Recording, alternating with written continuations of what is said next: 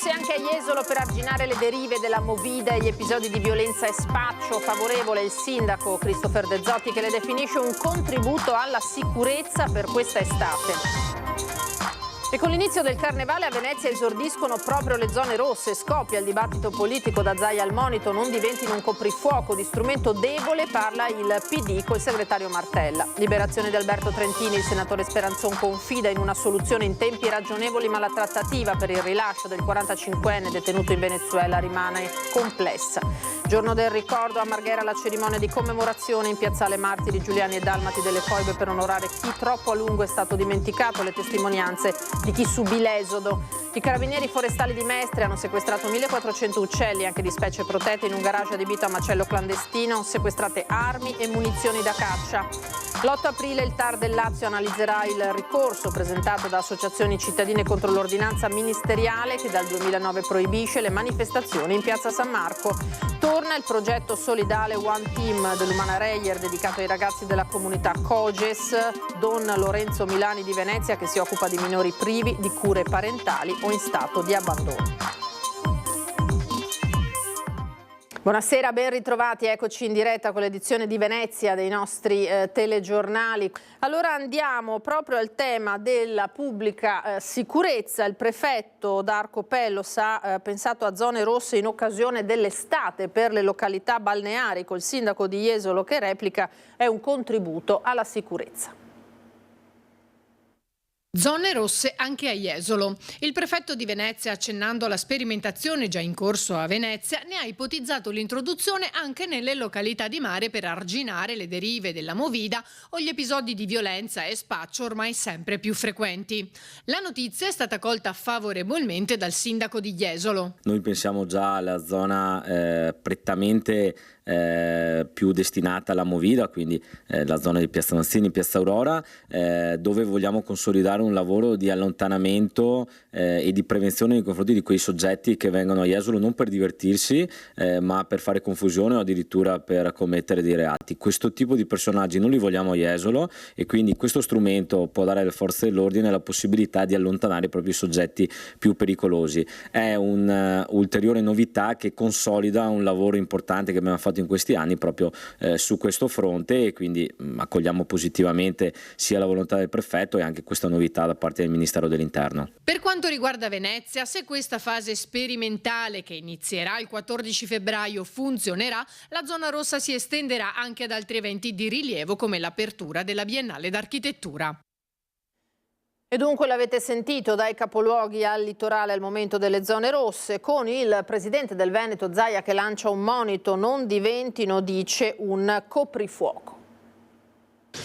Penso che le zone rosse debbano essere fatte per curare la fase acuta, non è che possono diventare aree rosse, perché sennò passiamo al coprifuoco dopo, no? Uno strumento di cura straordinario e non permanente. Così per il presidente Luca Zaia vanno intese le zone rosse che stanno spuntando nelle principali città del Veneto. Già operativa a Padova, in stazione, a Venezia saranno istituite in vista del Carnevale, annunciate invece a Treviso ma anche a Jesolo come antidoto alla movida selvaggia estiva. A Vicenza serviranno per evitare scontri tra tifoserie nel derby in casa contro il Padova, programmato per domenica 16. Zone rosse che secondo il governatore non devono diventare la norma, così come i fenomeni che vorrebbero limitare. L'unico aspetto è che mi preoccupa è l'omologazione che ha questo paese, no? Ci stiamo omologando ormai a tanti disagi, no? A tante illegalità. Senti, io non condivido il fatto che ogni volta che si parla di baby gang si parli di disagio giovanile. Insomma, attenzione, dice Zaia, a confondere disagio giovanile e le cosiddette baby gang. Dobbiamo difendere i ragazzi. I ragazzi oggi sono penalizzati da queste immagini che sembra che 4 scatenati che mettono a ferro e fuoco a volte delle vie delle città siano i giovani, ma questi non sono i giovani, questi sono una parte infinitesimale di quello che è la gioventù. Penso che questi siano assolutamente degli delinquenti, punto. E ci vuole pugno di ferro. Questione di leggi e repressione, quindi, mentre dal Partito Democratico si chiede un approccio diverso, non solo securitario. Io penso che la zona rossa in sé non sia risolutiva e anzi rischi di essere un palliativo rispetto a delle politiche invece che dovrebbero essere più efficaci. È una risposta quindi sostanzialmente debole, si rischia di non affrontare globalmente il problema, magari ci si concentra in una determinata area, ma se non intervieni diciamo a monte i problemi non sono risolti. Andiamo alla cronaca, un furto da decine di migliaia di euro, forse addirittura 30.000 euro, è stato portato a termine stanotte nella filiale di un istituto bancario in via Baffile, all'altezza di piazza Brescia, a Jesolo. Il bancomat è stato fatto saltare in aria attorno alle 3 di notte, provocando un boato che ha svegliato i residenti della zona. Sul posto i carabinieri con il supporto della Polizia di Stato.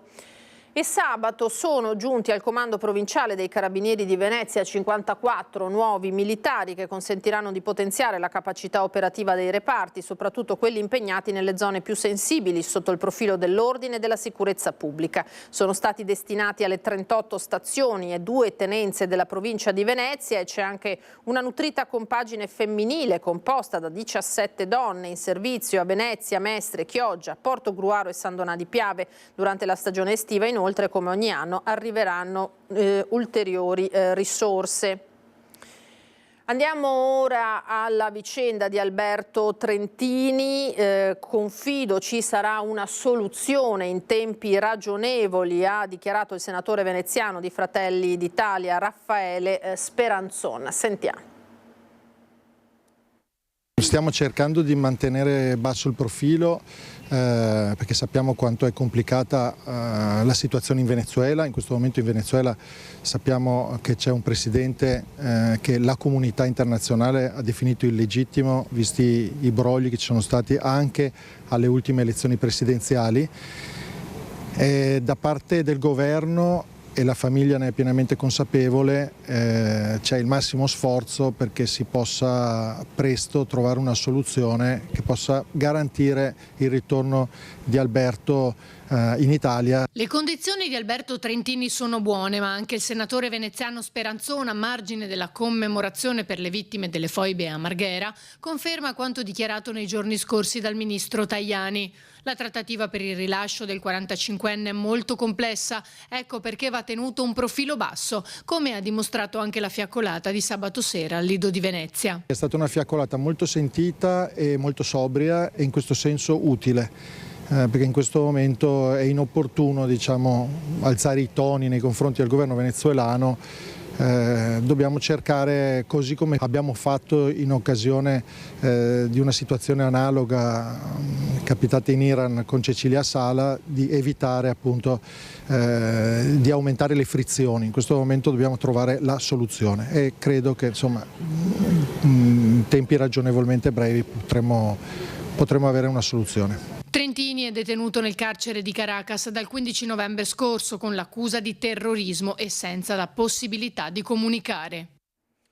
Ancora cronaca, i carabinieri forestali di Mestre hanno messo a segno un'importante azione contro il bracconaggio col sequestro di 1.400 uccelli, molti dei quali appartenenti a specie protette, ritrovati in un garage privato adibito a macello clandestino nella bassa padovana. Lo hanno fatto sapere i consiglieri regionali Andrea Zanoni e Renzo Masolo, gli stessi che hanno sollevato il caso di Trump Junior. Oche e anatre erano già pronte per il commercio clandestino per i ristoranti della zona. Nella stessa operazione, in un'azienda faunistica venatoria della laguna di Venezia, sono state rinvenute e sequestrate armi e 8.500 munizioni da caccia detenute illegalmente. Andiamo al giorno del ricordo. Adesso a Marghera la cerimonia di commemorazione in piazzale Martiri Giuliani e Dalmati delle Foibe per onorare chi troppo a lungo è stato dimenticato.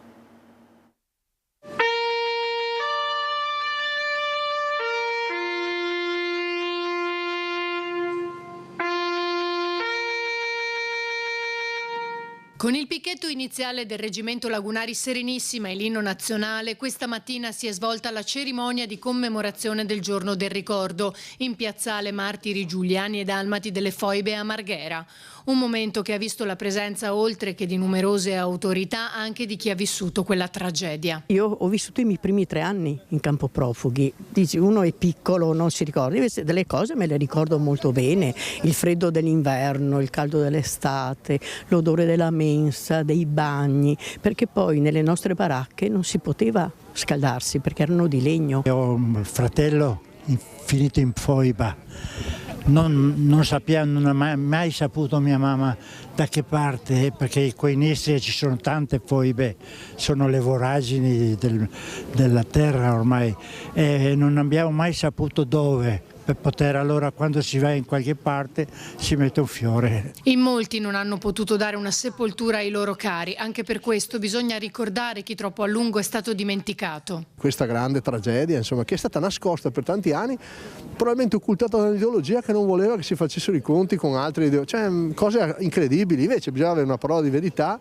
anche perché ai loro discendenti arrivi questa solidarietà culturale e storica, perché non è un atto dovuto. Noi dobbiamo ricordarle, perché questo non dobbiamo dimenticarlo, questo è un qualcosa che deve rimanere a noi, tramandarlo ai nostri ragazzi. Fondamentale per questo partire dalle scuole. Non bisogna mai dimenticare certi orrori del passato, affinché appunto la storia non si ripeta, ma soprattutto perché si tratta di una storia che riguarda noi italiani, noi tutti. Una commemorazione particolarmente sentita dal prefetto Pellos. 10 febbraio, una data tragica perché rappresenta una vicenda molto particolare che tra l'altro mi colpisce direttamente, come molti sanno.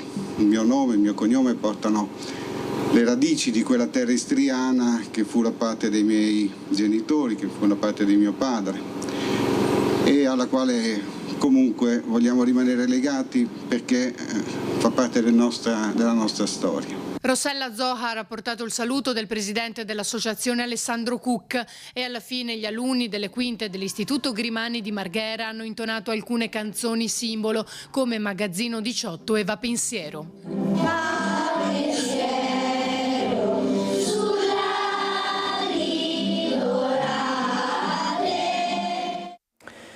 L'8 aprile prossimo invece il Tribunale amministrativo del Lazio analizzerà il ricorso presentato da associazioni cittadine contro l'ordinanza ministeriale che dal 2009 proibisce le manifestazioni in piazza San Marco. Da epoca immemorabile, la piazza rappresenta il centro politico, economico, culturale, sociale e religioso delle città, il luogo che per antonomasia crea la socialità, l'incontro e lo scambio. Da diversi anni, con tutta la buona volontà, è difficilissimo attribuire ancora anche una sola di queste caratteristiche a Piazza San Marco, nel luogo in cui è passata la storia di Venezia. Oggi è consentito un solo passaggio, quello dei turisti. Le manifestazioni politiche o sociali non sono ammesse in piazza, ci sono delle regole per cui noi abbiamo fatto 4 anni fa un ricorso al TAR e proprio questo, dopo 4 anni, il ricorso viene accolto dal TAR del Lazio e sarà esaminato l'8 aprile. Dal dicembre 2009 Piazza San Marco è stata interdetta a cortei e manifestazioni, applicando a distanza di quasi un anno una direttiva dell'allora ministro dell'Interno Roberto Maroni a tutela di determinate aree sensibili delle città italiane, da decidersi poi in sede locale. In un periodo di terrorismo e di pericoli internazionali ha fatto questa ordinanza che a tutti noi è sembrata un'ordinanza pertinente, considerato per quel tempo. Invece è rimasta perenne ed è diventata quasi legge, ma è un'ordinanza, quindi un atto di indirizzo che non può superare le leggi e tantomeno può andare sopra alla Costituzione. Se valga di più l'articolo 17 della Costituzione o una direttiva ministeriale di 15 anni fa, sarà ora materia per il TAR del Lazio. Il risultato nel frattempo è che in piazza San Marco di veneziano sono rimaste solo le mura, emblema della turistizzazione di massa e dello svuotamento di residenti, e ridotta ad una sede o, come bisogna dire adesso, una location di prestigio per eventi a pagamento, anche estremamente affollati. In quei casi le preoccupazioni di problemi di ordine pubblico improvvisamente svaniscono. Su questo tema il Patto per Venezia Consapevole ha presentato un video con testimonianze di veneziani a rappresentanza di varie realtà cittadine. Abbiamo fatto anche delle versioni del nostro documentario ultimo in lingua straniera, in inglese e francese, sulla situazione di esproprio di fatto della città da parte per quanto riguarda la cittadinanza. La piazza è aperta ad altre iniziative di ogni genere, ma non a quelle proposte e gestite direttamente dai suoi cittadini. E Venezia sbarca alla Borsa Internazionale del Turismo di Milano per presentare gli eventi del 2025 e anche il secondo anno di sperimentazione del contributo d'accesso. Si chiama Arrivo in veneziano, la mascotte del contributo d'accesso 2025 a Venezia, e ha esordito alla Borsa Internazionale del Turismo di Milano. Anche questo sarà un anno di sperimentazione del contributo d'accesso a Venezia, ma le giornate in cui sarà in vigore saliranno da 29 a 54, in un periodo che va da metà aprile a fine luglio. Racconteremo il calendario di quest'anno per quanto riguarda il contributo che partirà il 18 aprile e le modalità che tenderanno a premiare chi si prenota con anticipo rispetto a chi si prenota negli ultimi giorni. Questo nell'ottica di favorire il concetto di prenotabilità della città e darci la possibilità di sapere in anticipo quanti visitatori arriveranno a Venezia in quella particolare giornata. La BIT di Milano è stata poi occasione per illustrare gli eventi 2025 a Venezia, a cominciare dal Carnevale, che dal 14 febbraio al 4 marzo sarà all'insegna di Casanova. Giacomo Casanova, che sarà il fil rouge in tutte le manifestazioni tradizionali, il prossimo Festa della Senza, il prossimo Redentore e la regata storica. Ovviamente durante l'anno altri importanti appuntamenti come la Biennale di Architettura e il Festival del Cinema, fino a tutte le festività natalizie e il Capodanno di Venezia.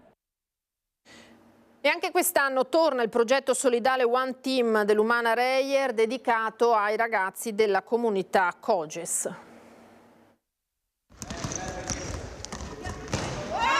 Per la quarta stagione la Reyer ha scelto per il progetto One Team l'associazione Coges Don Lorenzo Milani, la comunità che si occupa di minori residenti momentaneamente privi di cure parentali o in stato di abbandono, minori stranieri non accompagnati, minori stranieri richiedenti asilo. I ragazzi hanno partecipato all'allenamento speciale sul parquet del Taliercio, sfidandosi in diversi giochi a tema basket insieme ai giornalisti televisivi, di web e carta stampata. Sono dei ragazzi, insomma, che hanno avuto delle storie che quando me le raccontano sono da pelle d'oca. Molte volte noi non ci rendiamo conto fin quando non ci capita qualcosa di vicino, sembrano sempre delle realtà lontane. Poi quando ci toccano da vicino allora si capiscono molte cose. Per cui il nostro obiettivo è quello di dargli una speranza per un futuro, di farli integrare in una società, anche imparando la lingua attraverso lo sport, i valori dello sport e farsi sentirsi parte di una famiglia, di una comunità. Il progetto consiste in un minimo di 8 incontri tra i ragazzi e il mondo Reyer, capitanati dagli ambasciatori Casarin e Fernandez, durante i quali potranno allenarsi con i coach del settore giovanile. Il messaggio è semplice e puro, come quello che dice Reyer, aiutarci l'uno con l'altro, e siamo tutti uguali nel campo, soprattutto siamo amici, ci si rispetta e alla fine questo è un gioco e bisogna divertirsi. È un evento molto importante per la Reyer, dove ci teniamo molto anche noi giocatori a poter partecipare, perché è un momento di unione dove possiamo veramente aiutarci a vicenda e cercare di stringerci. A me non rimane che salutarvi e lasciarvi alle previsioni del tempo e a seguire l'edizione di Treviso. Arrivederci.